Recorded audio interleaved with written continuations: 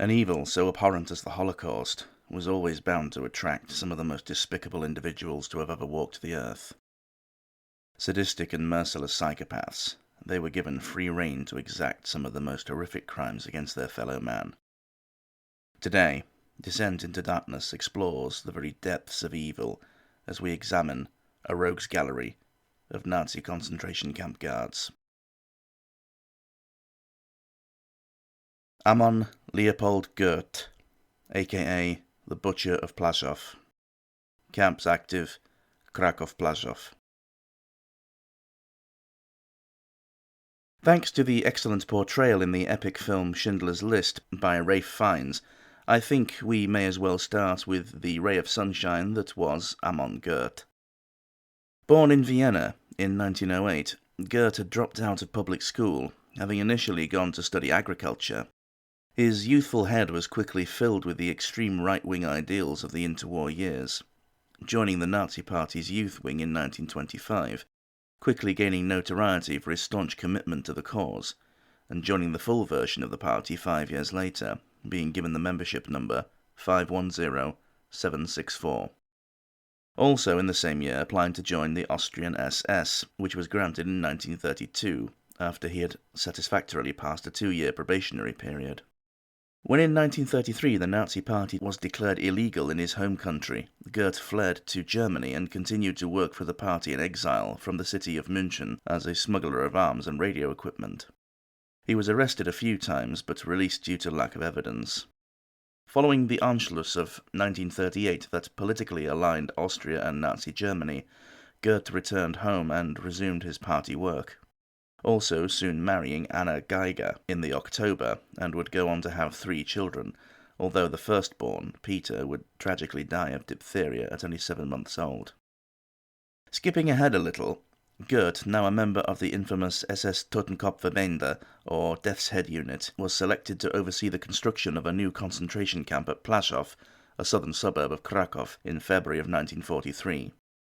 This 200-acre site would be built atop a Jewish cemetery as an extra slight, using slave labour drawn from the large population of Polish Jews and other prisoners. The camp was completed in only 1 month. Goeth being appointed as the new camp's commandant, following an interview with Heinrich Himmler, as was the standard practice for such roles.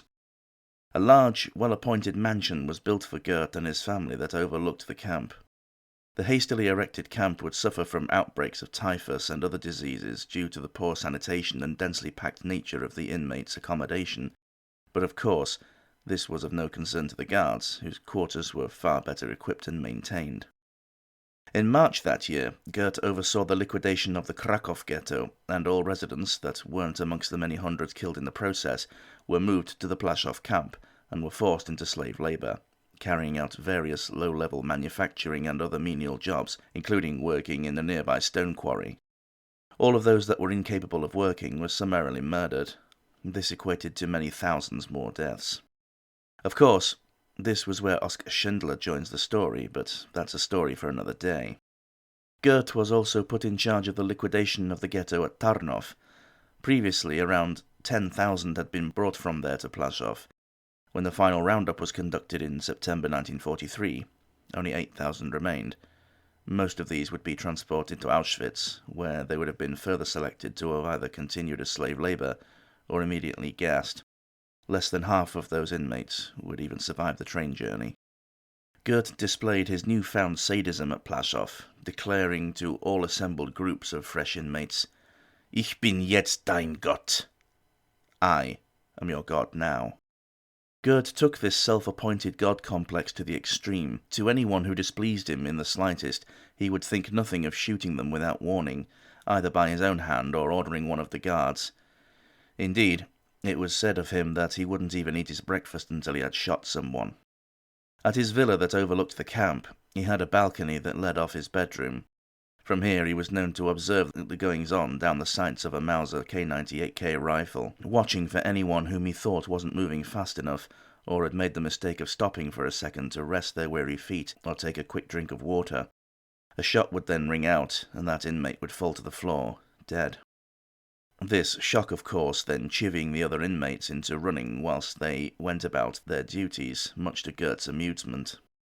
This detail was recreated in the film Schindler's List and is possibly one of the more infamous moments of that movie. In this way, Gert was known to have killed 100 people. When he did so, he would wear a Tyrolean-style hat that would keep the sun out of his eyes. Camp inmates would quickly learn this subtle signal, and as soon as he was spotted on his balcony with his hat, they would soon hide. Those that were not aware became the unlucky potential targets. Gert had many personal attendants plucked from the camp inmates who would act as his house staff, stable boys to look after his horses, personal tailors, barbers, cobblers, cleaners, cooks, and a mechanic for his cars. If any of these people displeased him, though, they could expect swift and brutal reprisals, dishing out savage beatings or dragging them outside to shoot them, once shooting one of his cooks for the heinous crime of his soup being too hot. One of his two maids, Helen Jonas Rosenweig, said of her erstwhile master, "As a survivor, I can tell you that we were all traumatized people. Never would I, never believe that any human being would be so capable of such horror, of such atrocities. When we saw him from a distance, everybody was hiding, in latrines, wherever they could hide. I can't tell you how people feared him." Gert also had two dogs named Rolf and Ralph, a Great Dane and an Alsatian cross, that he had trained to maul people to death on command. Amon Gert would be removed from his position as commandant in September of 1944 on charges of theft from the state. This was to do with enriching himself on the looted possessions of the camp inmates, which were supposed to be immediately forfeited to the Reich. The Plazov camp was finally shut down and liquidated in January 1945. Following the German surrender, Amon was captured and sent to a temporary holding prison which had been established at the Dachau concentration camp. Whilst there, he was positively identified by several former Plazov inmates. He was extradited to Poland to answer for his litany of crimes. His trial, lasting 9 days, the evidence was clear. Amon Gert met his date with destiny at the end of a rope when he was hanged for his crimes on the 13th of September 1946. He was 37 years old. His corpse was cremated and the ashes dumped in the Vistula River. Just desserts for a true monster. Irmfried Eberl, camp active, Treblinka. The extermination camp at Treblinka was initially overseen by a doctor, the only camp to be so. SS Sturmbannführer Dr. Irmfried Eberl. The Austrian-born psychiatrist had been part of the Nazi euthanasia program Action T4 at Bernberg Hospital, and had impressed his superiors sufficiently to oversee the efficiency of the new camp. Unfortunately for him, either through overconfidence or incompetence, the sheer number of daily new arrivals had proven too overwhelming, with dead prisoners littering nearly the whole camp, even on the railway platform. This had come about because the platform was not long enough to accommodate the whole length of the 60-wagon-long train. The trains would have to be shunted 3 separate times to discharge all of its passengers. During this agonizingly long wait time, some prisoners would be overcome by the summer heat and had already died by the time their wagon was due to be unloaded. Odilo Globocnik, the head of the Reichsinspectorate of concentration camps, had gotten wind of the problems at Treblinka and had made a surprise visit in late August 1942. He was utterly appalled at the state of the camp, not because of its brutality, of course, but by the fact that Eberl had clearly failed to live up to the expectations of efficiency. This was too much for Globocnik. He sacked Eberl on the spot and replaced him with Franz Stangl. Following his swift fall from grace, Dr. Irmfried Eberl returned to civilian life, moving to Germany and continued to practice medicine in the town of Blauenbern in Württemberg. He was arrested in 1948, but hanged himself before he could be forced to face his accusers.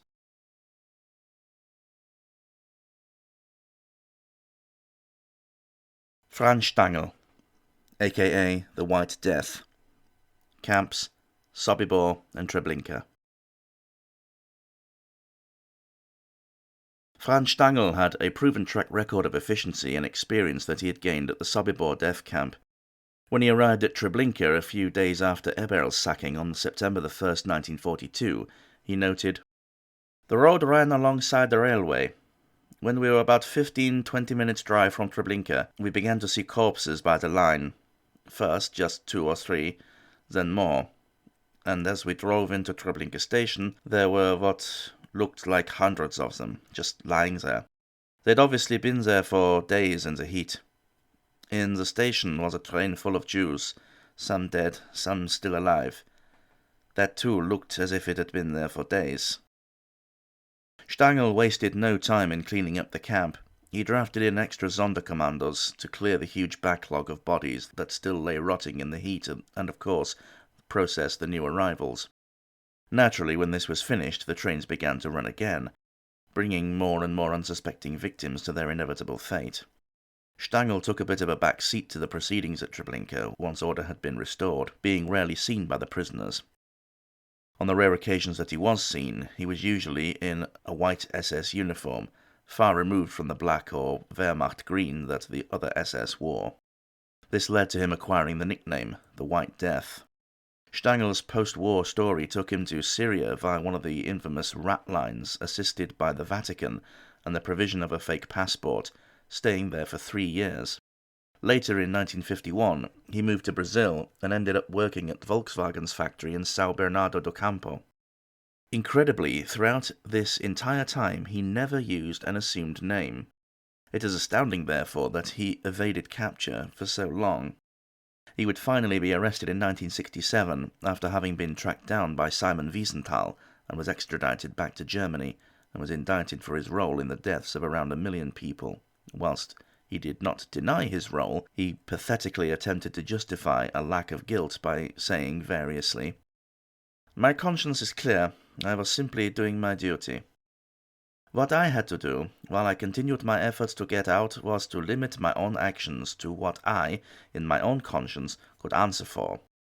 At police training schools, they taught us that the definition of a crime must meet 4 requirements. There has to be a subject, an object, an action, and intent. If any of these 4 elements is missing, then we are not dealing with a punishable offense. I could apply this to my own situation. If the subject was the government, the object the Jews, the action the guessing, I could tell myself that for me the 4th element, intent, I call it free will, was missing." It should come as little surprise that the court did not accept this explanation, and he was sentenced to life imprisonment.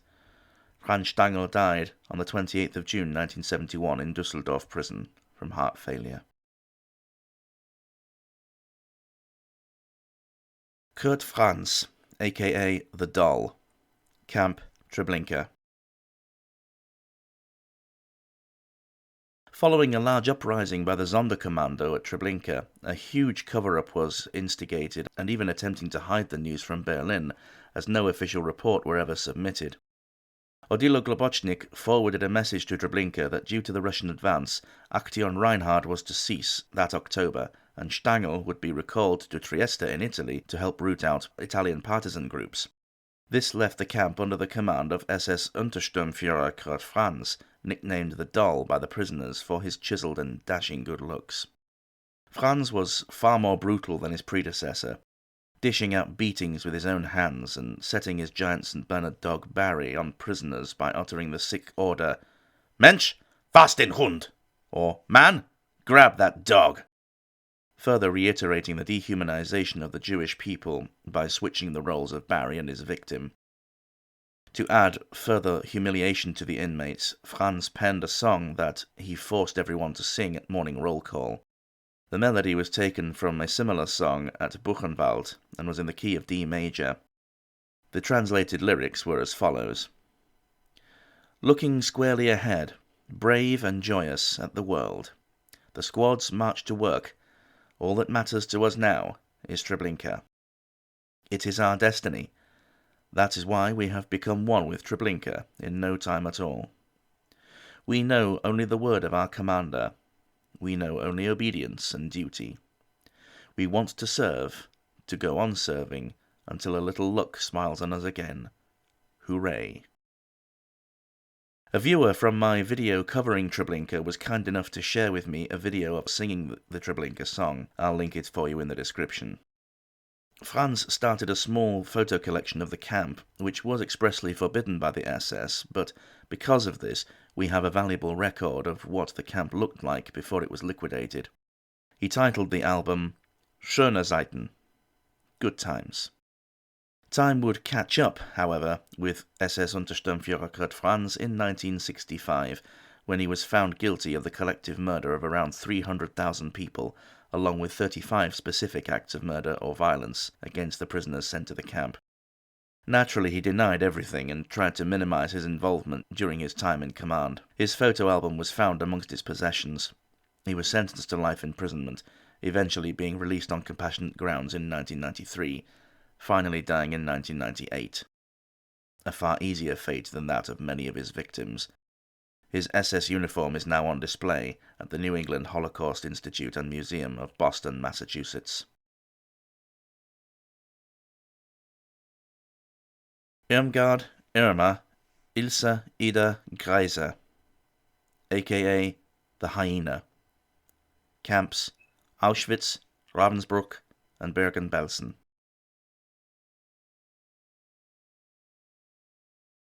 The first one on our list, it is an often overlooked detail that many of the most feared and reviled camp guards were female, perhaps the worst of which was Irma Grese. Born in October 1923 in Vrechen, Grese was the middle child of 5 to a family of dairy workers. Sadly, her mother, Bertha, would commit suicide in 1936 when she discovered her husband, Alfred, was having an affair. This event could well have had a deep, lasting effect on Irma's psyche. Indeed, as a child, she was very timid, never standing up for herself and always running away from conflict. She expressed her desire to join the League of German Girls, the female version of the Hitler Youth. Her father angrily forbade her from doing so, but Irma moved to the SS Women's Training Center at Ravensbrück just before she turned 17. This camp was female inmates only. She became a camp guard there in 1940, 3 years later moving to Auschwitz, where she would become part of the selection of new arrivals, filtering out tradespeople and those who could work. The rest would be sent to be gassed immediately. Her former timidity appeared to vanish, as Grese now displayed a special kind of sadism, coupled with nymphomania. She was known to organize orgies with the other SS guards and their wives, and was not averse to teasing some of the more attractive prisoners before they too were sent to be gassed. She knew that she was beautiful, and used this to her advantage and amusement. She was known to sexually assault both male and female inmates if they took her fancy. If they rejected her advances, she would savagely beat them in front of the other prisoners, who could do nothing but look on helplessly. She would laugh maniacally at the suffering she inflicted on the camp inmates, earning her the nickname the Hyena. Her ruthlessness was such that she was promoted to the head of the Hungarian women's section of the camp, which she ruled with an iron rod. Following the closure of Auschwitz in January 1945, Grese was transferred to Bergen-Belsen and remained there until the camp was liberated by the British on the 15th of April 1945. Irma Grese was executed by hanging on the 13th of December 1945 at Hamelin prison by the famous British hangman Albert Pierrepoint. She was only 22 years old, and thus becoming the youngest person to have ever been executed by Britain.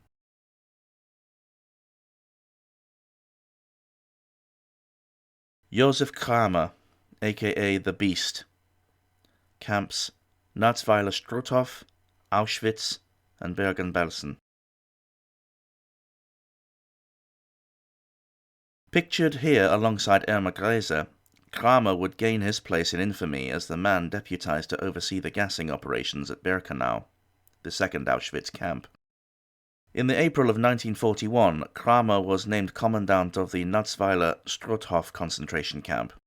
A particularly sickening event that took place here was the murder of 87 inmates solely for the purpose of using their skulls for a pseudo-anthropological collection of specimens to demonstrate their junk science theories on race. Kramer personally oversaw these murders. Kramer was installed as the de facto commander of the day-to-day operation at Auschwitz-Birkenau. He became a regular sight at the selections when the trains arrived, crammed with new inmates. He would watch on with emotionless dead eyes as the subordinates shouted, beat and chivied the prisoners into their respective groups. Kramer was known to be a stern disciplinarian, even toward his SS colleagues, but this only served to demonstrate and reinforce his reputation for ruthless efficiency to higher command. One particular instance of his harshness was toward one of the camp doctors, Dr. Franz Lucas, who had complained of stomach problems as a way of avoiding the harrowing selections. Kramer took him to one side, and in a low, menacing voice, he growled, "I know you are being investigated for favoring prisoners. I am now ordering you to go to the ramp, and if you fail to obey an order, I shall have you arrested on the spot." Kramer was transferred to Bergen-Belsen in December 1944 and ruled the camp with an iron fist. His harsh and brutal treatment of the camp inmates gained him the nickname the Beast of Belsen. As the Allied armies tightened their grip on Germany, many more prisoners were transferred to Belsen as other camps became overrun and were evacuated. For example, in March of 1945, another 60,000 prisoners arrived at Belsen, followed by a further 28,000 early the following month. Toward the end of the war, the day-to-day regime of the camp slowly broke down and the prisoners virtually left to their own devices, whilst Kramer focused more on administration. Typhus ran rampant through the camp, wiping out many thousands at the rate of 250 to 300 a day, who were simply left where they fell. All areas of the camp became littered with corpses. Some of the guards, now that they were no longer being so closely watched by their officers, decided to make a break for it. When the British liberated the camp on the 15th of April, they were thoroughly sickened by the scenes that greeted them. At gunpoint, they forced all the remaining SS guards, Kramer amongst them, to gather the dead and bury them nearby. Josef Kramer was held at Hamelin prison and, along with 44 other guards, was tried for his long list of crimes against humanity. He was hanged by Alfred Pierpoint on the 13th of December 1945, the same day as Irma Grese. Kramer was 39 years old.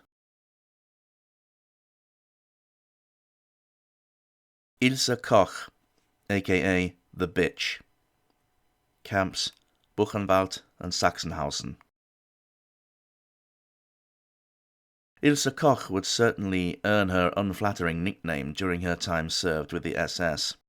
Born Margareta Ilse Kohler in September of 1906 in Dresden, she was described as a polite and happy child who went on to study accountancy and bookkeeping from the age of 15. Her early years of adulthood were spent during the turmoil of the interwar years with near constant protests, coup attempts, changes of government, and rampant hyperinflation, leading to many being paid in literal wheelbarrows of next to worthless currency. Through a few of her friends, Ilse came to join the Nazi Party in 1932, seeing them, as many others did, as the only political party offering real solutions to the laundry list of problems, both real and made up, that Germany was facing at the time. A couple of years later, she would meet her eventual husband, a man named Karl Otto Koch. In 1936, the now engaged couple moved to the concentration camp at Sachsenhausen, as Karl had been posted as its new commandant. They married the next year, and then were transferred to the Buchenwald camp. It was whilst at Buchenwald that Ilse really began to get drunk on her newfound power that she now wielded over others. She was known to take a keen interest in tattoos and would have inmates inspected for them. If one was found that was of interest to her, she would order them murdered and that section of skin flayed off to preserve the ink. Rumour has it that this was done to assist a friend of hers called Erich Wagner, who was writing a dissertation about the links between tattoos and a criminal mindset, a highly dubious premise. She also amassed a small collection of internal organs, preserved in jars, and had a couple of preserved shrunken heads, along with her collection of tats. In 1940, Ilse made the big mistake of ordering the building of a large indoor sports arena near the camp for the guards. The project was mostly financed by the looted monies and possessions of the camp inmates, a fortune which should have been sent to the main security office in Berlin. This would come back to bite the couple in the arse later. In the meantime, in 1941, Karl Koch was transferred to Lublin in Poland to help establish the death camp at Majdanek. Ilse stayed behind at Buchenwald and continued her reign of terror over her thousands of captive victims. In 1943, both the Kochs were arrested by the authorities on the charges of personal enrichment and embezzlement. Karl was executed for his crimes against the Reich in April of 1945, but Ilse was released in 1944 due to lack of evidence. Upon her release, she would return to civilian life in the town of Ludwigsburg, until she was arrested by the US forces for war crimes. She was tried by the military court in Dachau, and the sickening evidence in the form of her collection of parts of murdered prisoners was presented, a damning indictment of the thousands of murders committed at Buchenwald. Ilse was sentenced to life imprisonment on the 19th of August 1947. She was 8 months pregnant at the time. However, the following year, Ilse's sentence was astoundingly reduced to only 4 years, but immediately on her release in 1949, she was rearrested by the newly established authorities of West Germany and was tried again in November of 1950 in the city of Augsburg. This new trial would last 7 weeks and would call around 250 witnesses to the stand. There were claims made that she was using some of the tattooed skins of prisoners to make lampshades, but this was dismissed due to lack of hard evidence. Also dismissed was the claim of double jeopardy put forward by the defence, as previously she had not been tried for crimes against humanity. In January of 1951, the court sentenced Ilse once more to life imprisonment and hard labour. She would maintain her innocence throughout, making several appeals to have her sentence quashed, but these were all for naught. Ilse Koch was found dead in her cell at Eichach prison on the 1st of September 1967. She had hung herself at the age of 60.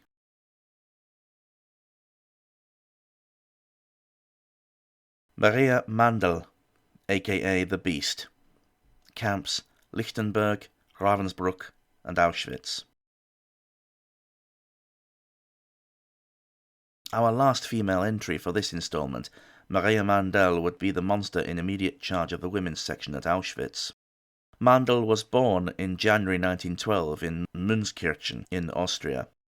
She moved to Saxony in Germany in 1938, and in mid-October of that year she was accepted onto the staff of the concentration camp at Lichtenberg, one of the lesser-known camps within Germany itself.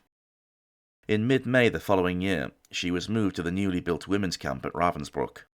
She quickly stood out from her colleagues for her efficiency and brutality. As such, she was promoted up through the ranks in fairly short order. In early October 1942, she was transferred to Auschwitz and took over from Johanna Langerfeld as the head of the women's section of the camp, answering directly to Rudolf H, making her the highest-ranking female guard at the camp. It would be Mandl that promoted Irma Grese to head of the Hungarian women's section. Mandl would oversee the daily roll calls and dished out punishments to any inmate that dared transgress the rules, or just simply because. These punishments would vary from a couple of slaps to whippings, right up to sending them to the gas chambers along with the next group of poor souls. One could gain one of these punishments if someone simply looked at her whilst they filed past. Mandl would drag them out by the hair, throwing them to the floor, and unleashing a violent series of kicks and slashing wildly with a riding crop. A lot of the time, the person she dragged out would never be seen around the camp again. The US Army caught up with Maria Mandl on the 10th of August 1945, arrested her and transferred her to Krakow to await trial for crimes against humanity. When Mandl was brought before the court to answer for her crimes, former camp inmate Sala Feder took to the stand and gave the following harrowing account of the dreaded beast's behaviour toward prisoners. In August of 1943, I was deported together with my family, 27 people including 9 children, aged from 1 month to 11 years, from the ghetto in Strodula near Sosnowiec to Auschwitz, in a transport numbering some 5,000 people. At the ramp in Birkenau, the transport was awaited by the defendant Mandl, accompanied by SS woman Margot Dreschel, and as soon as the transport had arrived, Mandl carried out a selection, sending approximately 90% of the transport to the cars which transported these people to the nearby crematorium. During these selections, defendant Mandl tortured the prisoners in a cruel way, beating the women, the men, and the children with a whip and kicking them blindly. She would tear the children from the arms of their mothers, and when the mothers tried to come near the children and defend them, Mandl would beat the mothers horribly and kick them. I saw right next to me a young 20-year-old mother who tried to go near her 2-year-old child, thrown onto the car, and Mandl kicked and beat her so cruelly that she did not get up anymore. I held my 4-year-old child by the hand. The defendant Mandl approached me, tore my child away from me, and threw the child onto a still empty car, so that the child got wounded in the face and began to cry and call me. But I was put aside to the group that wasn't loaded onto the cars. When I tried to reach the child, crying, on the car, Mandl began to beat me so cruelly that I fell. Mandl continued to kick me, although I was lying on the ground, and she knocked out almost all of my teeth with her shoes. The court found Maria Mandl guilty on the complicity in the murder of 500,000 people. She would be hanged on the 24th of January 1948 in Montelupisch prison in Krakow. She was 36 years old. Willi Mentz, a.k.a. Frankenstein. Camp Treblinka.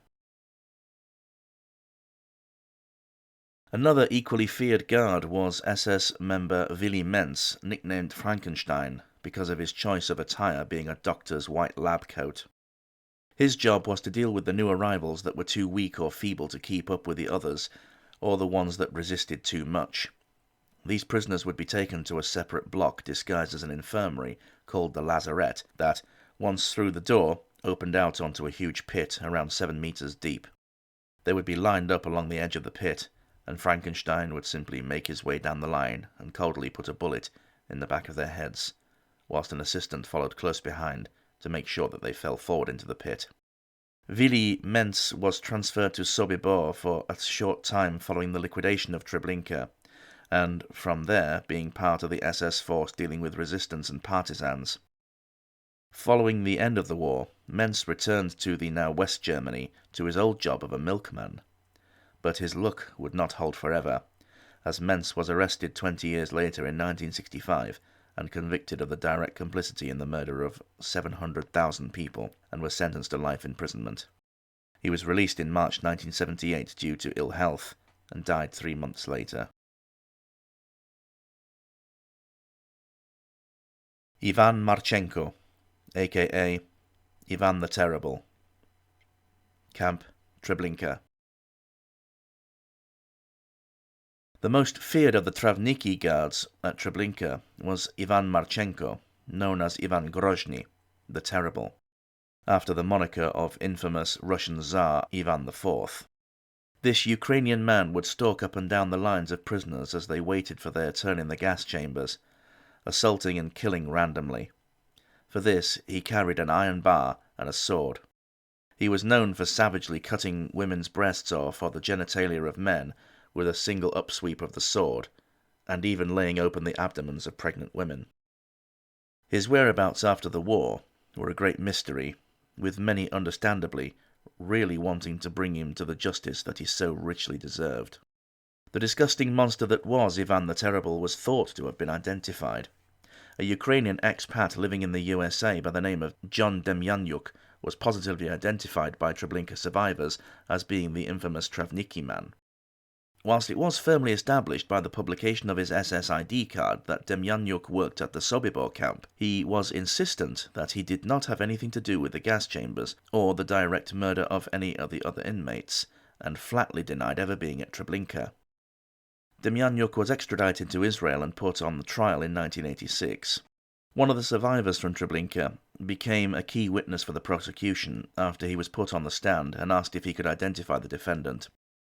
Eliyahu Rosenberg approached him and asked him to lower his glasses. Demyanyuk did so, smiling and offering his hand. Upon getting close enough and looking into his eyes, Rosenberg instantly recoiled and screamed, "Grozny! Ivan Grozny! How dare you put out your hand, murderer that you are!" A damning testimony. In addition to this, on his US immigration visa application, Demyanyuk had put down that his mother's maiden name was Marchenko. However, he stated that this was because he had forgotten the real answer and simply used a common Ukrainian surname. Perhaps a rather dubious excuse, as personally I find it hard to believe that someone would ever forget their mother's maiden name, but that doesn't mean to say that it couldn't have happened. Strangely enough, it was only in relation to Treblinka that Demyanyuk was tried. No charges were pursued in relation to Sobibor, despite that this would have been far easier to prove. but it is likely that by attempting to prove that he was Ivan the Terrible, he would almost certainly have received the death penalty. And, on the 18th of April 1988, that's exactly what happened. Demjanjuk was sentenced to hang. However, in 1993, a panel of 5 judges overturned the original conviction. They did not disagree with the court as to the physical evidence, most notably the ID card, but there was too much reasonable doubt as to whether he was really Ivan the Terrible, chief amongst which was the testimony of 37 other guards identifying the infamous guard as Ivan Marchenko, not Demjanjuk. These testimonies were obtained by the Soviets after the war, with many of those persons having already been executed. Even the famous Nazi hunter Simon Wiesenthal agreed with the judgment when it was published. Demjanjuk's freedom was only temporary, however, as he was extradited once again in July of 2009 to face another trial in Germany. This second trial was based on the charge that because Demjanjuk was a guard at Sobibor, he was guilty by association of murder. His defense attempted to argue that the principle of double jeopardy was infringed, however this was struck down. On the 12th of May 2011, John Demjanjuk was found guilty of being an accessory to around 27,900 inmates at Sobibor and sentenced to 5 years in prison, considering the 2 he had already served. At this point he was 91 years old. John Demjanjuk died on the 17th of March 2012. There is still much argument as to whether he was truly Ivan the Terrible, but now ultimately the point will remain forever moot. Personally, I do not believe that Demjanjuk was Ivan the Terrible. Some insisted that Ivan was killed during the camp uprising, and there are also reports that the Soviets had captured him and executed him following interrogation. In either case, it would seem that Ivan did get his just desserts. Rudolf Franz Ferdinand Höss. Camps Dachau, Sachsenhausen, Auschwitz, and Ravensbrück. By far the most infamous of the lot, Rudolf Höss would gain his place in history as the commandant of the hell on earth that was Auschwitz. He is possibly the man most closely associated with the final solution, after the Nazi senior command. Höss was born in November of 1901 into a strict Catholic family in the city of Baden-Baden, so good they named it twice. He was a bit of a loner child, having next to no friends. He did claim that he was once abducted by Romani gypsies, but there is no hard evidence for this claim. His father was a hard disciplinarian, having served in German East Africa in what is modern-day Tanzania. Höss was brought up living with a constant fear of sin, a strong sense of guilt, and the need to atone. When war was declared in 1914, a 14-year-old Höss had begun assisting as an orderly in a military hospital, but his old man soon found him a place in his old regiment, the 21st Dragoons. He fought in the Middle East, assisting Germany's ally, the Ottoman Empire. There is enough circumstantial evidence to suggest that Höss may have been there to witness the infamous Armenian genocide. Höss would rise to the rank of Feldwebel or sergeant by the age of 17 and would be wounded 3 times in combat, earning him a fair number of military awards, including the famous Iron Cross, 2nd and 1st class. Upon the cessation of hostilities, rather than wait to be captured by the victorious Allies, Höss decided to make his own way back to Germany, all the way from Damascus. When he returned home, Höss resumed his schooling and, like many disaffected former soldiers, joined one of the various paramilitary groups known as the Freikorps, that were occasionally called upon by the government to suppress the numerous protests and coup attempts that interwar Germany became known for.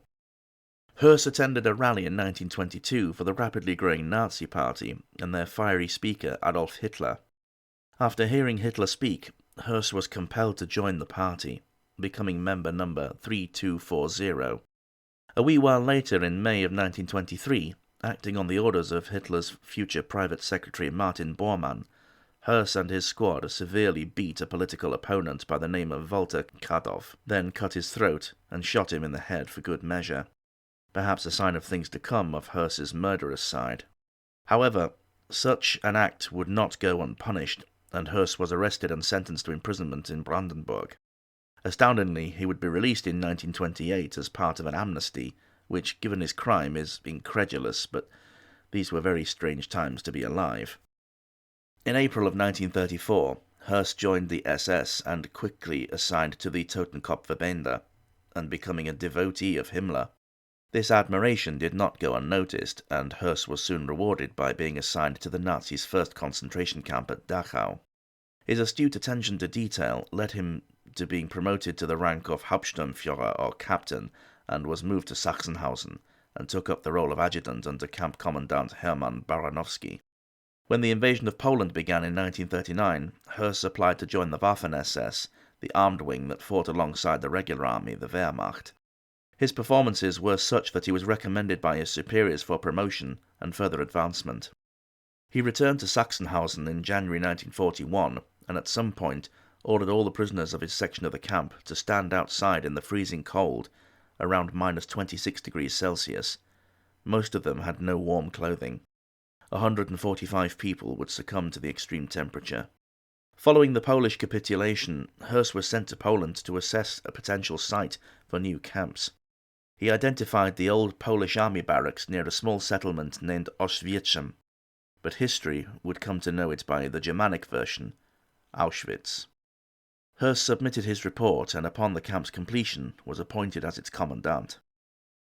His deputy, Karl Fritsch, acting on his own initiative whilst Höss was away, had begun experimenting with the use of the Zyklon B pesticide as a means of more efficient mass murder. 3 such tests of ever greater size were conducted in the cellar of the Auschwitz I punishment block, known as Block 11. The results were fed back to Höss, who was very pleased with what he heard, and so had escalated the idea further up the chain of command. They too liked the sound of the idea, and so had ordered the scheme to be rolled out. At first, Höss ordered that 2 farmhouses that lay just outside of the second Auschwitz camp, known as Birkenau. These buildings would be converted to gas-tight chambers and were officially known as Bunkers 1 and 2, but soon garnered the nicknames of the Little Red and White House, respectively.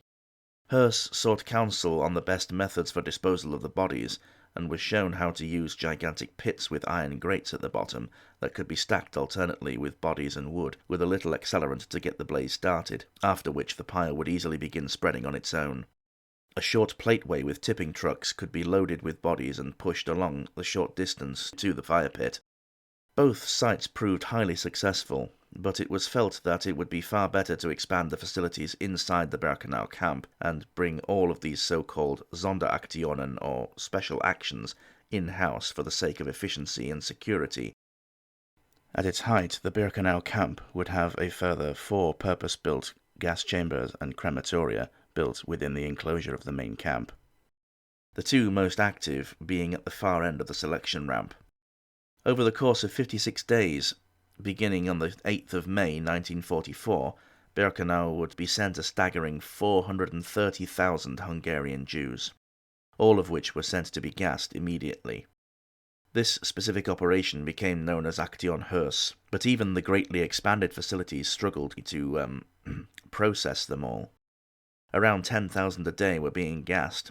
The crematoria could not handle the volume, and so Höss ordered the bodies to be burned en masse, with the bodies being loaded onto a conveyor belt that dumped them onto a cremation pyre that burned constantly. Höss ordered that the guards supplemented the gassings by mass shootings as well. Auschwitz would be in operation from May 1940 to January 1945. In that time, approximately 1.3 million people would pass through its gates. Of those, 1.1 million would be murdered, the vast majority being either Jews or Soviet POWs. Höss would be transferred back to Germany, to the women's camp at Ravensbrück in November 1944, where he would oversee the construction of a small gas chamber there that would see the murder of around 2,000 female inmates before the end of the war.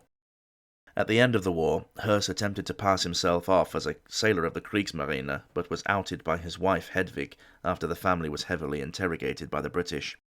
He was tried for war crimes and crimes against humanity at the Nuremberg trials in 1946.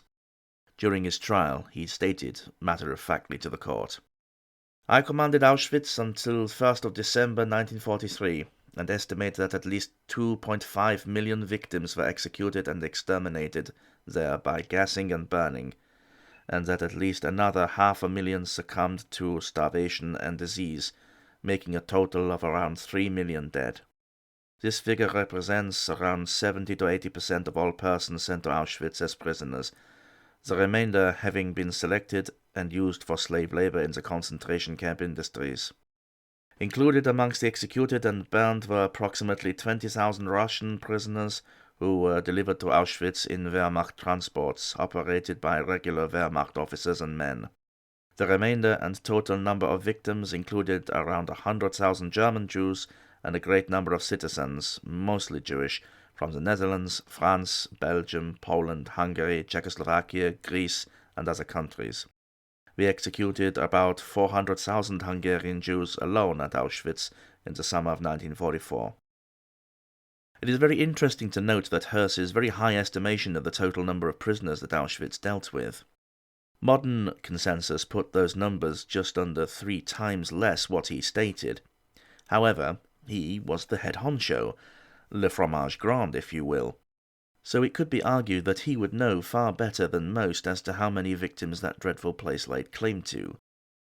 Hirsch did state that he had a bit of a moral problem initially when it came to the murdering of children, but during a conversation with Adolf Eichmann, the head of the Reich Department for Jewish Affairs, he assured Hirsch, "Eichmann explained to me that it was especially the children who had to be killed first, because where was the logic in killing a generation of older people and leaving alive a generation of young people who can be possible avengers of their parents and can constitute a new biological cell for the re-emerging of this people?" It should ultimately come as no surprise that Rudolf Hirsch was found guilty and sentenced to death. On the 16th of April 1947, the by now 45-year-old Rudolf Hirsch was hanged outside the gates of Auschwitz, the site of so many of his despicable acts. He was hanged using the short drop method, meaning that Hirsch slowly strangled to death, rather than the more instantaneous neck break of the long drop style. He most definitely suffered in his final moments, which should bring a wry, sardonic smile to the faces of more than a few, including myself.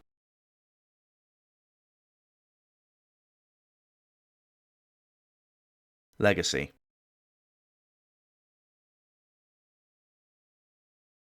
And so, we come to the end of our list. But trust me, dear viewers, we have only taken a small slice of the pie. There are so many more twisted, vile monsters that stalked behind the barbed wire fences of the Nazi camps. I encourage you to seek out further information and familiarize yourself with even more with the depths of depravity that people were prepared to sink to satisfy their sadistic compulsions. The concentration and death camps were a psychopath's paradise.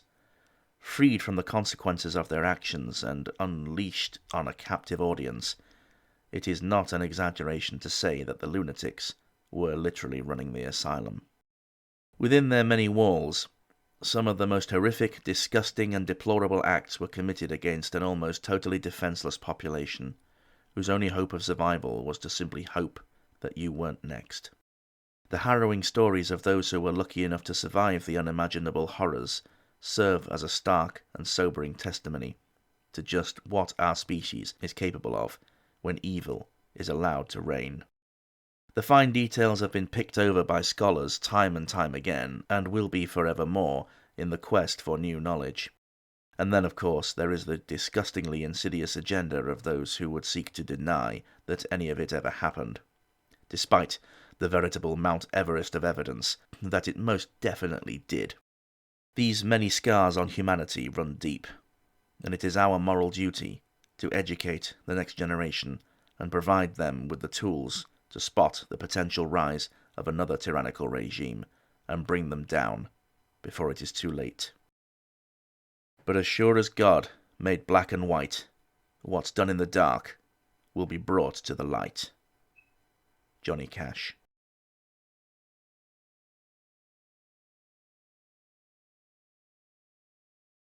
Thank you for watching this video. I hope you found it informative and entertaining. If you did, please smash the old like button and share it with a friend. It literally just takes a few seconds. Please also consider subscribing and dinging the bell icon so that you can be informed of when I put out fresh content for your delectation. I do apologise if I screwed up any of the pronunciations in this video, but I do not speak either German or Polish and have only a basic understanding of how both languages work. I'm also sorry if you feel I've missed any other particular guards of note that you feel should have been included. If you have any more in mind, do drop them down in the comments, and if I get a good enough number of them, and if I can find enough information on them, I'll make a follow-up Volume 2 video. Don't forget to swing by the merch store and pick yourself up some sweet DRD swag, and help me keep the lights on and reinvest in some more advanced equipment to improve the quality of my productions even more. Feel free to drop a comment below, and I will happily respond to as many as possible. I never forget just how important all of you are to the channel, and I thank you all for the great little community we have built here. I love you all, and there's nothing you can do about it. If you wish to do so, you can now also support me on Patreon, link in the description. Also, I am proud to announce that I have launched a new channel called DID Reads for those of you who love my smooth, buttery voice. On here I shall be regularly posting recitations of poetry, famous speeches, and some funny stuff as well. Make sure to pop on over and subscribe to that one as well, link below. This is the first video from the new studio since I've moved home, and I can tell you that after all the stress I am loath to ever move again, but these things are sent to try us. Now that we're all set up and going again, I look forward to more writing and bringing you some of the best history content on the platform. I have been blown away by the sudden uptake in traffic of the channel, and I welcome all of you that have newly subbed, and hope that we shall continue onwards and upwards. But until the next time, take care of yourselves, and I shall see you on our next descent into darkness.